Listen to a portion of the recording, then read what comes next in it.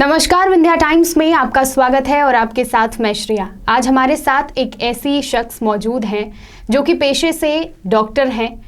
Doctor होने के अलावा स्पोर्ट्स फील्ड में उन्होंने एंट्री ली। जुजुत्सु एक मार्शल आर्ट का फॉर्म है, उसकी प्लेयर हैं।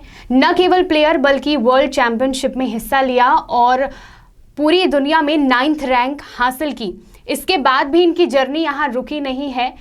वर्ल्ड चैंपियनशिप में 9th रैंक हासिल करने के बाद रोडीज जैसे शो की वह कंटेस्टेंट रह चुकी हैं और विंध्य की रीवा से हैं। विंध्य की एक और प्रतिभा डॉक्टर प्रतिभा सिंह हमारे साथ हैं। बहुत बहुत स्वागत है मैम आपका। हेलो। आपको बता दें कि डॉक्टर प्रतिभा सिंह डेंटिस्ट हैं पेशे से। उसके बाद स्पोर्ट्स फील्ड में जैसे मैंने आपको बताया कि एंट्री की, जुजुत्सु की प्लेयर हैं। इसको रिप्रेजेंट करते हुए वर्ल्ड चैंपियनशिप में उन्होंने हिस्सा लिया, 9th रैंक हासिल की all over the world.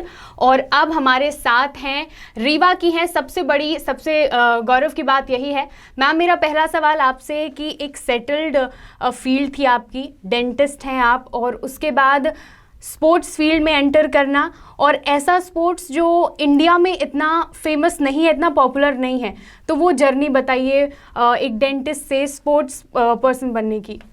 So basically मेरा फिटनेस को लेकर ही इंटरेस्ट एक कह सकते हैं कि एक तरीके से रोडीज़ की वजह से ही आया है, क्योंकि मैं रोडीज़ फॉलो करती थी हमेशा से और मैं ऑडिशंस में देखा करती थी कि लोग कितने ज़्यादा फिट आते हैं, people do martial arts and everything.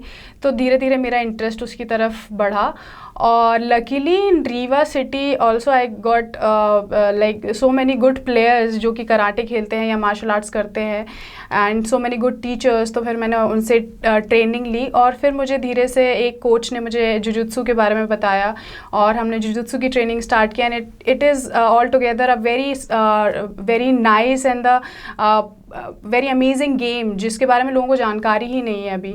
तो ये गेम खेलने का मुझे मौका मिला, मुझे बहुत मज़ा आया वो करने में। तो या that is my journey I think. Roadies में आपने ऑडिशन दिया, उसके बाद रोडीज़ रिवॉल्यूशन में आपका सिलेक्शन हुआ, तो रोडीज़ की जर्नी के बारे में थोड़ा बताइए।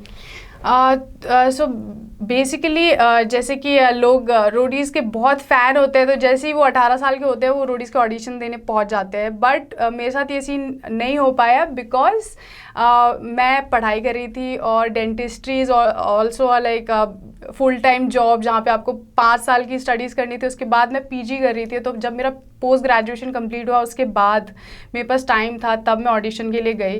तो इन 2019 जहाँ पे जो इंदौर में ही हुआ था और आई क्रैक दैट और पर्सनल इंटरव्यू तक मैं पहुँची और उसके बाद कलिंग से मैं बाहर हुई थी।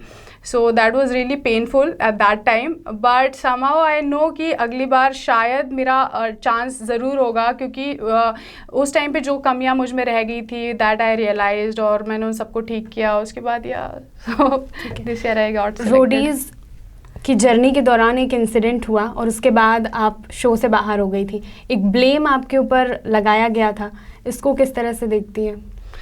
So basically being a martial artist, I think that is my body language, and being a sports person, that is my body language. अगर कोई भी इंसान मुझसे मेरी proximity में आके इस तरीके से behave करेगा तो I think my body and my behaves like this, और that was not at all intentional I think, and it was not even a slap that I can say, क्योंकि अगर स्लैप होता, अगर मैं किसी को स्लैप करना चाहती तो मैं डेफिनेटली उसको अच्छे से, मतलब कोई भी इंसान अगर एग्रेसिवली किसी को स्लैप करता है तो वो इंसान देख के समझ के झगड़ा करके करता है। बट वो और उस टास्क के दौरान ऐसी बहुत सारी चीज़ें हो रही थी, जैसे कि धक्का मुक्की हो रही थी, एक दूसरे के कपड़े और बहुत सारी चीज़ें हो रही थी, और ये सारी चीज़ें लड़कों के साथ भी हो रही थी, बट लड़के इन चीज़ों का इशू नहीं बना रहे थे। सो सेम थिंग मेरे साथ भी हुई। जब फर्स्ट बाउट हुआ मुझे चोट लगी, मैंने उसका इशू नहीं बनाया। Being a sports person that much pain I can bear, so I think that was normal for me. But I want to ask कि वर्ल्ड चैंपियनशिप जो आपकी थी उसको लेकर एक ब्लेम आपके ऊपर लगाया गया था। ओके, सो एक्चुअली रोडीज़ और it is a reality show, और जहाँ पे ऐसे कंटेस्टेंट्स आते हैं जो कि कंट्रोवर्सी क्रिएट करते हैं, that is their job only. And that's how they take fame. और जिसको वो पसंद नहीं करते they try to defame that person. So it is quite simple. So they had like their followings and वो अपने लाइफ पे आके कुछ भी बात कह रहे हैं. और डेफिनेटली इट इज़ रॉन्ग, क्योंकि जब आप इतनी मेहनत से खून पसीने से कोई अचीवमेंट करता है और उसके बारे में कोई बात ऐसी कही जाती तो बहुत बुरा लगता है. और मुझे बहुत हर्ट हुआ था मैंने, और कि ऐसे कैसे कोई कह सकता है. So definitely I also went to my live और मैंने अपनी बात रखी थी वहाँ पे. और मेरे लिए शायद उतना ही ज़रूरी था, क्योंकि मैं अपनी पॉइंट पे सही हूँ और जो मैंने अचीव किया है वो मुझे साबित करने की भी ज़रूरत नहीं. It is available everywhere in Google and everything, so you can check it there also. And मैंने अपनी बात रखी, जिसे मेरी बात माननी थी. जो मुझे मानते हैं वो अभी भी मानते हैं, बस जो नहीं मानते हैं वो कोई बात नहीं. ओके. डेंटिस्ट होने के बाद एक स्पोर्ट्स फील्ड में एंटर करना, सोसाइटी का कैसा रिस्पॉन्स था जब आपने अपनी ये बात रखी, और रोडीज़ एंड ऑल ये सारी चीज़ें जब आई, तो फैमिली और सोसाइटी का किस तरह से आपको रिएक्शन देखने को मिला?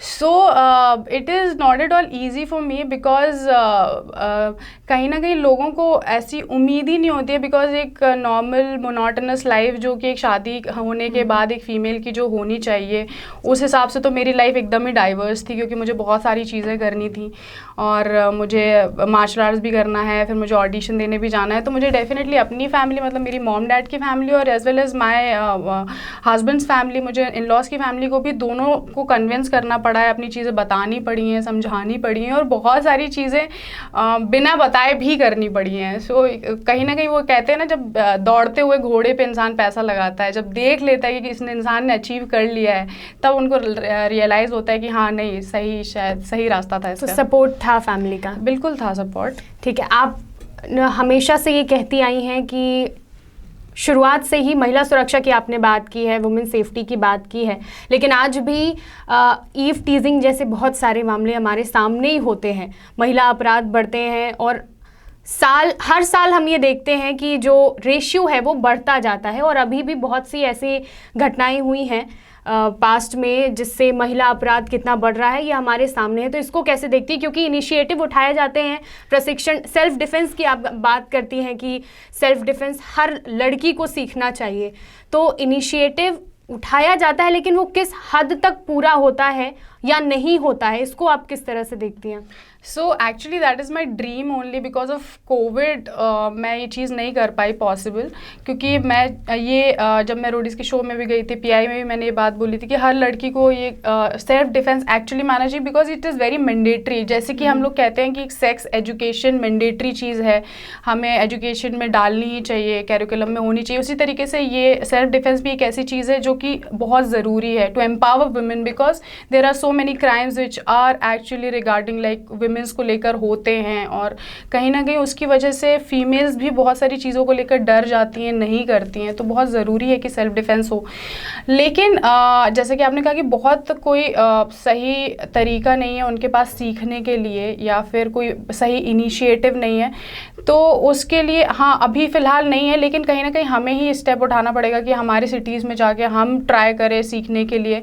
और definitely I have few plans. तो मैं कोशिश करूँगी कि मैं जितना ज़्यादा अपने, और मैं सोशल मीडिया पर डालती भी हूँ, तो मैं मेरी तरफ से जितना कर सकूँ, तो मेरी कोशिश जारी है. ठीक है. रीवा से हैं आप. रीवा की लड़कियों में कितना पोटेंशियल देखती हैं? रीवा की लड़कियों में बहुत पोटेंशियल है. पोटेंशियल कहीं से भी, कहीं मतलब इंडिया में कहीं से भी हम लोग कम नहीं है. हम सब कर सकते हैं, हम जो चाहें. और बहुत सारे स्पोर्ट्स में इवन रीवा की लड़कियां बहुत अच्छा कर रही हैं, और बहुत सारी चीज़ों में. I think so many actors are from Rewa, so we are like, हम कहीं से कभी भी कम नहीं हैं. आपने कहा कि आप आगे, आपसे जितना हो पाएगा आप करेंगी, खासकर लड़कियों के लिए. तो क्या हम ये मान सकते हैं कि रीवा में भी कुछ ऐसा आपके ज़रिए होगा लड़कियों के लिए? Definitely, because I have few plans. जैसे कि बिकॉज ऑफ कोविड, जैसा कि मैंने आपको मेंशन किया कि कोविड की वजह से बहुत सारी चीज़ें नहीं हो पाई पॉसिबल. नहीं तो मेरा प्लान था कि मैं स्कूल्स में जा के लोगों को सेल्फ डिफेंस के बारे में बताऊंगी. और we have some plans lined up, जो कि डेफिनेटली होगा. ठीक है. आपका बचपन से झुकाव महिलाओं के ओर था, महिला सुरक्षा की ओर था, वुमेन सेफ्टी की आप बात करती हैं, सेल्फ डिफेंस की बात करती हैं. तो एक मैसेज लड़कियों के लिए, जो हमारे व्यूअर्स हैं, महिलाएं हैं, उनके लिए एक मैसेज आप जो देना चाहें?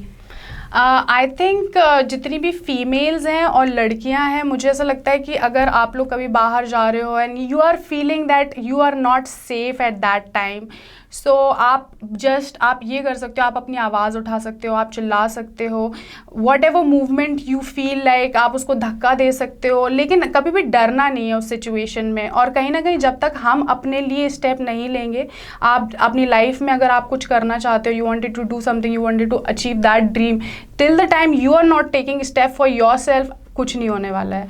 तो फर्स्ट थिंग, आपको अपनी रिस्पॉन्सिबिलिटी खुद लेनी होगी और बस आगे बढ़ना है।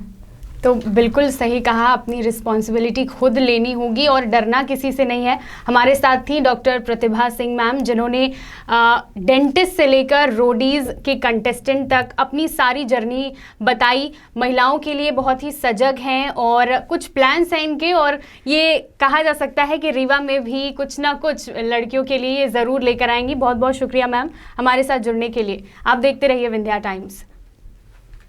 बस इतना ही था।